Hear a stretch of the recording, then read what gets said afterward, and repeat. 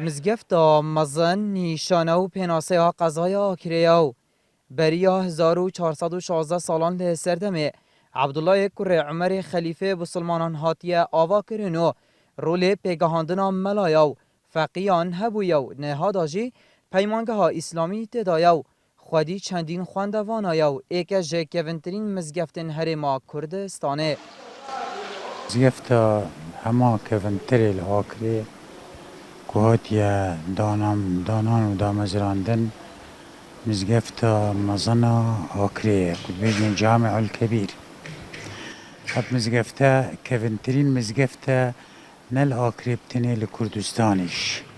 دو مزقفتي هين لكردستان سالا 20 هجري بيشي 1400 تقريبا 16 سالة 17 سالة يتهاتين هواكرن أمري عبد الله كوري عمري كوري خطابي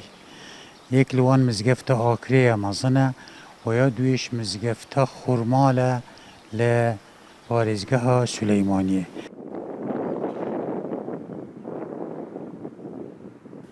لسنوری قضای آکریه 322 مزگفت هنو سنتری و 5 مزگفتان لخود گرید. مزگفت که مزن اکریت ولا گرکه که یعنی مثلا تاخه کی منطقه که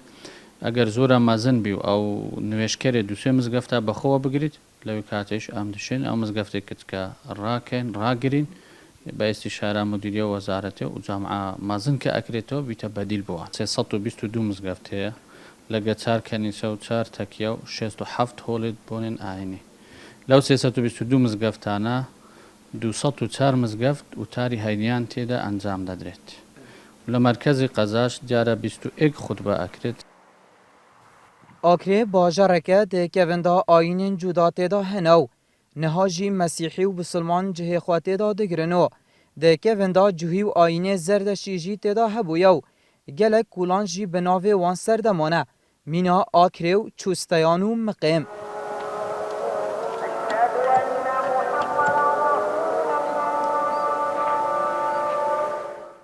شهرزایی که هزرا اسلامی جی اگر زوربونا مزگفتان بودو اگران ودگرینی تو رول مزگفت جید اخیت میزانیان نهو یا بردا لسرتای دروزبون کیانی اسلامی مزگوت کولگی همو کوملگی اسلامی بو دزگای بو که همو کای کان تیدا کودا بو نو دزگای چی هم سیاسی بو هم روشنبیری بو هم کوملایتی بو جگل رول بنراتیکی خوی که رولی آینی بو زور دزگای تر هن که شوێنی هەندێک لە ڕۆڵەکانی مزگەوتیان گرتوتەوە بۆ نمونە ئێستا پەرلەمان هەیە دەستگا سیاسەکانی تر هەن کە جێگەی گەنگەشە و گفتووەکردنی بڕیارە سیاسەکانن زانکۆ و پەیمانگە و قوتابخانەکان هەن کە دەستگای ڕۆشنبیری و فێرکردنن هەر لێ دەرێژاهیا ئاخفتنên خۆدا دوو تێبینیژی گوتن ڕەهەندێکی تر هەیە لە مەسەلەی زیادبوونی مزگەوتەکان ئەویش ئەوەیە ڕەهەندێکی ئابووری کە هەندێک لە سەرمایەداران ئەگەر بەپێی یاسای باجی عێراقی ئەگەر سەرمایەدار مزگەوت دروست بکات ئەوە دەبەخشێت لە باجەکان بۆیە هەندێک لە سەرمایەدارەکان ڕوو دەکەن لە بنیاتنانی مزگەوت خەلەل هەیە لە دروستکردنی مزگەوت لە ڕووی ڕێخستنەوە بۆ نمونە ڕەنگە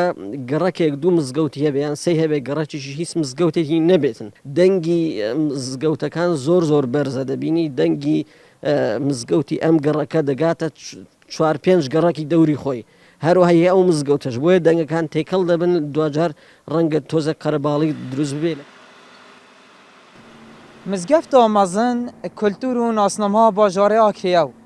لی دمکی دا تنه دنگیوی لی بانگان و گوتارین اینیه بسر باجاره آکریه دا چو خاره لی نوکه زوربونا مزگفتین بچوک و دنگین مزن او مزگفتا کپو بیدن کریه گهدار زیباری این آرتی لی قضای آکریه